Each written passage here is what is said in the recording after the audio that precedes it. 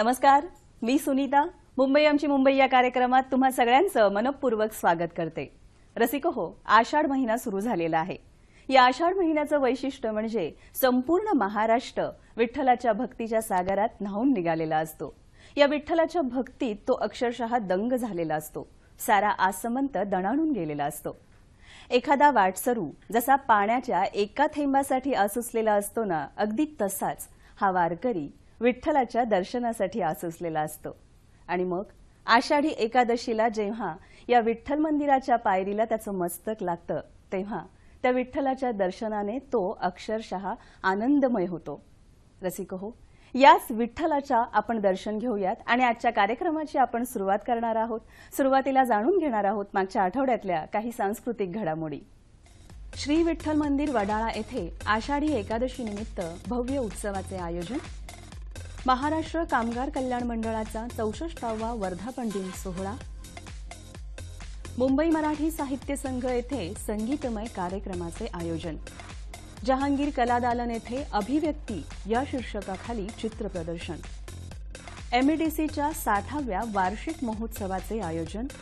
मुंबई दूरदर्शन सह्याद्री वाहिनीचे deputy director general Shri Shivaji Phulsundar यांचा निरोप समारंभ.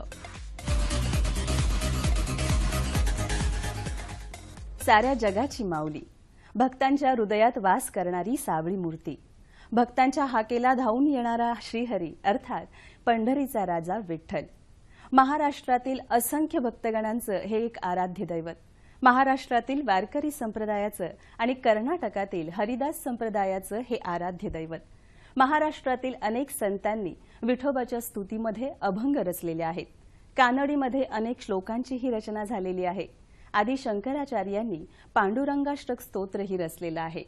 खरं तर या विठुरायाच्या चरणात सगळीच दुःख, सगळीच पीडा हरली जातात.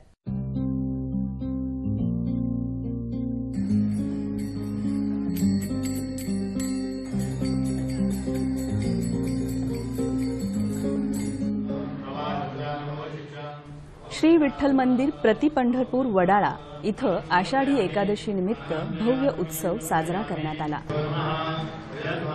मुंबईचे महापौर माननीय श्री विश्वनाथ महाडेश्वर यांच्या हस्ते पूजा आणि महाअभिषेक करण्यात आला.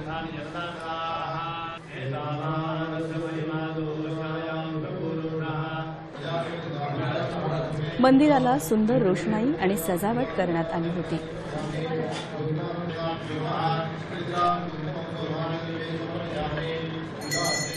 देवाची मनोभावे आरतीही करण्यात आली.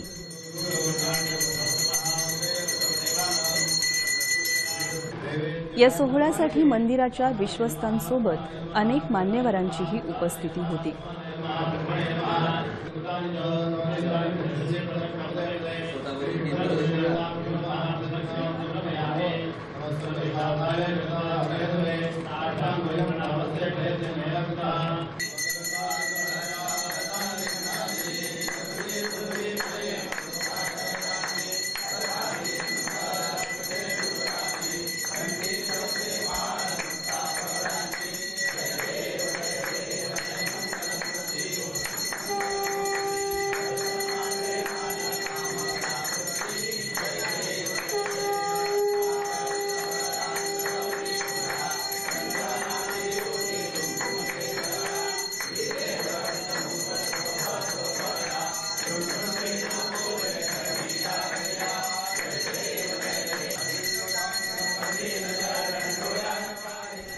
मान्यवरांनी आपले मनोगत व्यक्त केले.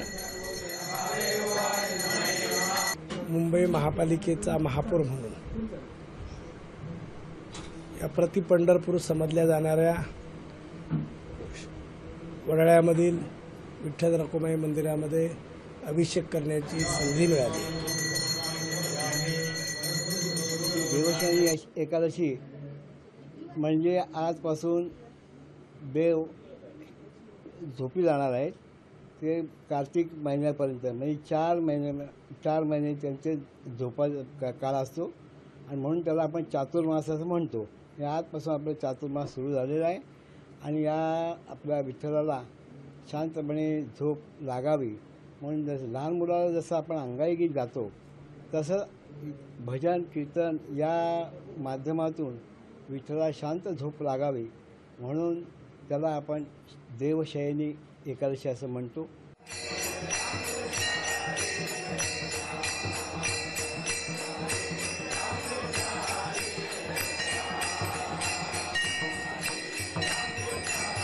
कीर्तन आणि भजनाने वातावरण भक्तिमय होऊन गेलं होतं. भाविकांनी दर्शनासाठी इथे प्रचंड गर्दी केली होती.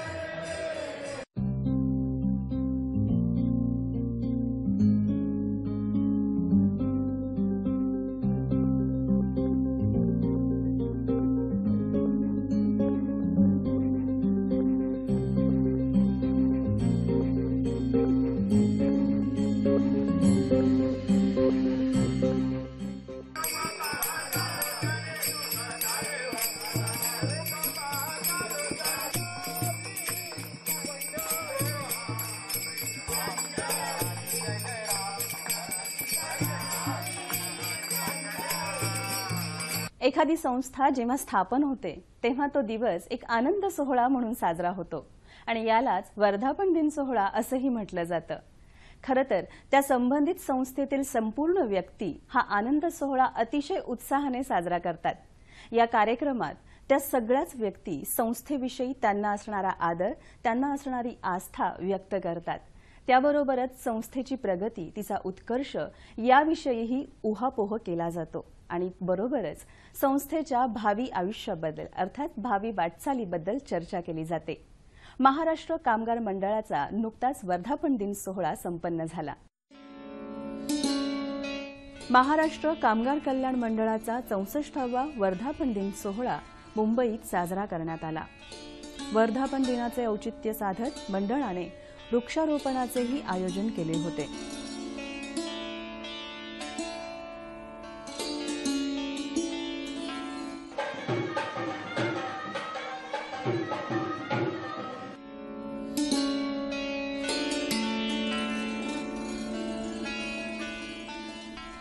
मान्यवरांच्या हस्ते दीपप्रज्वलन करून कार्यक्रमाची सुरुवात करण्यात आली.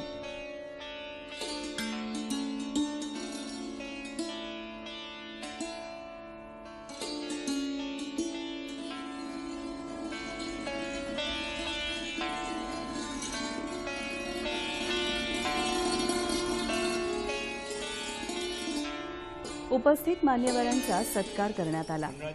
मान्यवरांनी भाषणातून आपले मनोगत व्यक्त केले. आणि त्याकरिता आपले जे कामगार आहेत, कामगार कुटुंबीय आहेत आणि आपण सर्व त्याचे साक्षीदार आहोत. आपण कधीही कुठल्याही कामात कमी पडलो नाही हे मी अतिशय या ठिकाणी नम्रतेने सांगतो. ज्याही योजना होत्या आपल्या, डायरेक्ट असो इनडायरेक्ट असो, त्या आपण कामगारांपर्यंत पोहोचण्याचा नेहमी प्रयत्न केला आणि त्याला आपल्याला 100% यश मिळालं. आज 64वा वर्धापन दिन आपण साजरा करतो. आता 65व्या या ठिकाणी वर्धापन दिनामध्ये आपण पदार्पण करत आहोत. म्हणजे खूप मनापासून वाटत होतं की आपण या ठिकाणी कामगारांच्या हितासाठी आणि कामगारांच्या हिताबरोबर या ठिकाणी जे सभासद आहेत त्या सभासदांच्या हितासाठी आपण काहीतरी केलं पाहिजे.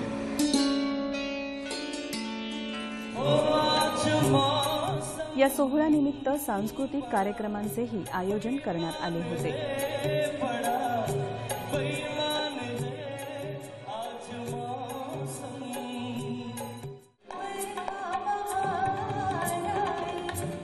या कार्यक्रमात आमदार कालिदास कोळंबकर, माजी राज्यमंत्री आणि मंडळाचे माजी अध्यक्ष राजेंद्र गावित तसेच अन्य मान्यवरही उपस्थित होते.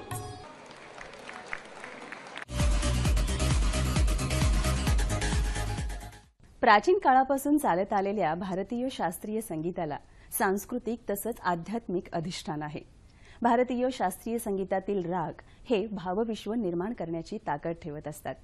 हे संगीत म्हणजे केवळ मनोरंजनाचंच साधन नव्हे, तर ती एक अलौकिक साधना आहे असं शिक्षण शास्त्रीय संगीतातून दिलं जातं. शास्त्रीय संगीत शिकणाऱ्या विद्यार्थ्यांचा एक खास कार्यक्रम नुकताच संपन्न झाला.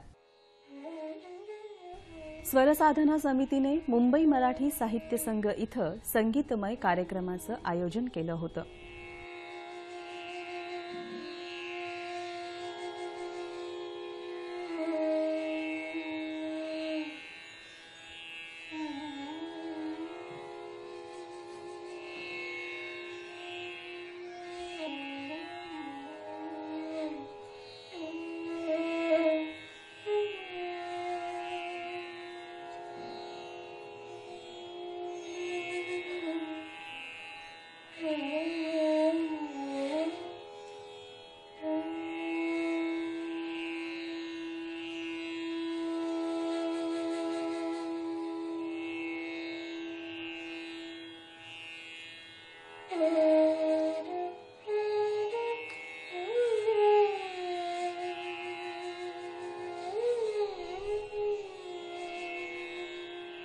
सुमधुर बासरी वादनाने प्रेक्षकांची मनं मोहून टाकली.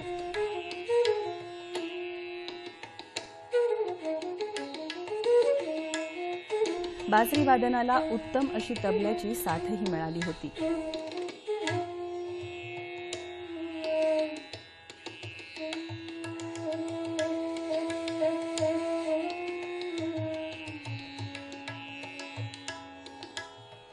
शास्त्रीय गायनही सादर करण्यात आले.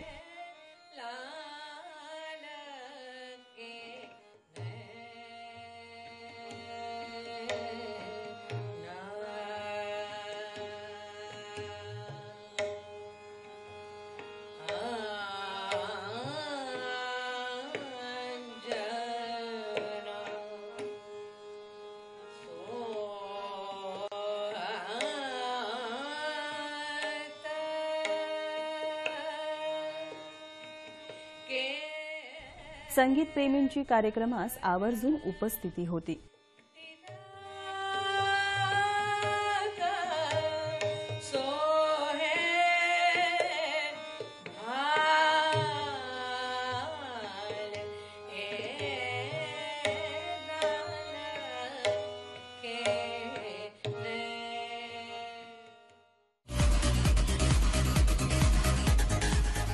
एक सच्चा चित्रकार जेव्हा कॅनव्हासवर एखादं चित्र रेखाटत असतो तेव्हा तो आपली तहान भूक हे सारं काही विसरून ती चित्रकृती तयार करीत असतो.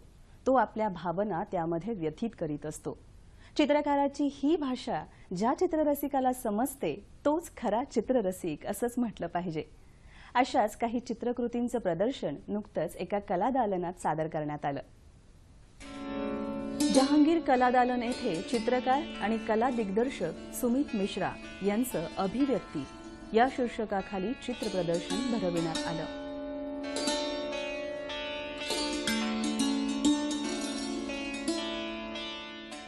रसिकांनी इथं सुंदर आणि मनमोहक चित्रांचा आस्वाद घेतला.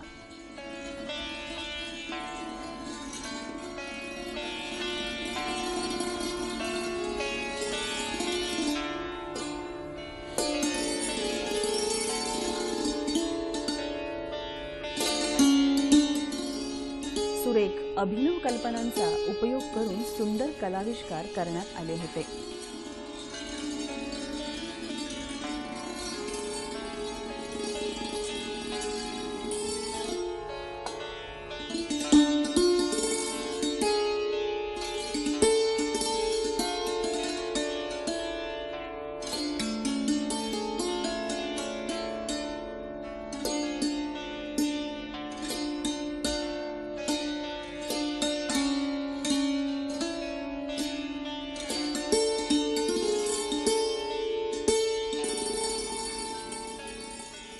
चित्ररसिकांनी प्रदर्शनास मोठ्या संख्येने हजेरी लावली होती.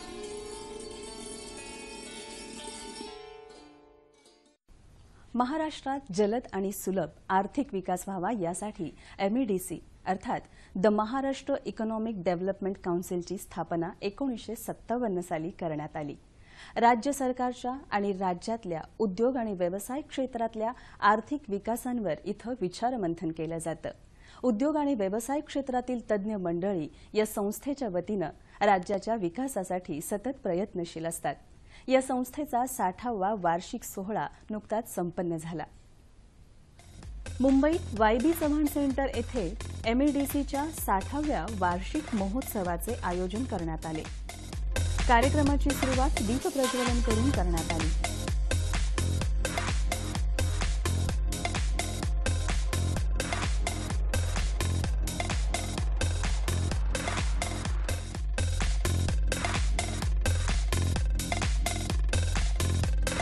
कार्यक्रमात प्रतिष्ठित मान्यवरांची उपस्थिती होती.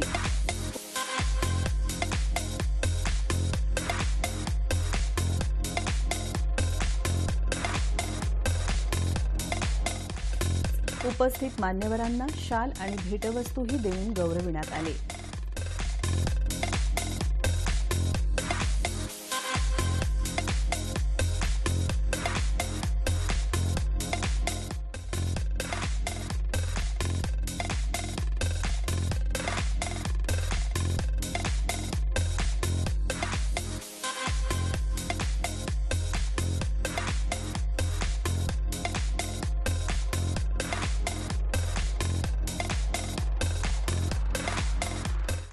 मान्यवरांनी आपल्या भाषणातून मनोगत व्यक्त केले. Support programs for both the industry as well as the government, and it was a treasure to read. It was finding like a treasure to read the minutes of the meeting of 1956, where people like Mullerkar, Mr. K.H. Tamdere, and Mr. Mohadikar. In fact, glad to see Meenal here because. स्वर्गीय माननीय यशवंतरावजी चव्हाण यांनी त्यांच्या भाषणात म्हटलंय, महाराष्ट्र राज्याच्या आर्थिक विकास आस्थेने लक्ष देणाऱ्या तुम्हा मंडळींना भेटण्यास मला खूप आनंद होतोय. ग्रामीण भागात उद्योगधंदे काढणे गरजेचे आहे आणि शेतमालावर प्रक्रिया means food processing industry should grow. He said at that time in 1961. But one of the great contribution of him was, and it is not many times, not as well mentioned as his other contribution because he did so many things in his short span of life. He was of course 70 years. But one of the great contribution of his was to create or to mentor and to motivate people to form the first ever sugar coffee factory in India. दूरदर्शन वाहिनीच्या उत्कर्षासाठी अनेकांनी हातभार लावलेला आहे. दूरदर्शन वाहिनीच्या स्थापनेपासून ते उपग्रह वाहिनी होण्यापर्यंतच्या प्रवासात अनेक जणांनी अनेक टप्प्यांमध्ये सहकार्य केलेलं आहे. या सगळ्यांमध्ये अनेकांचा सिंहाचा वाटा आहे आणि त्यातीलच एक अत्यंत महत्त्वाचं नाव म्हणजे माननीय श्री शिवाजी फुलसुंदर यांचं. यांनी आपल्या यशस्वी कारकिर्दीनंतर नुकताच 30 जून 2017 या रोजी आपल्या कारकिर्दीचा निरोप घेतलेला आहे.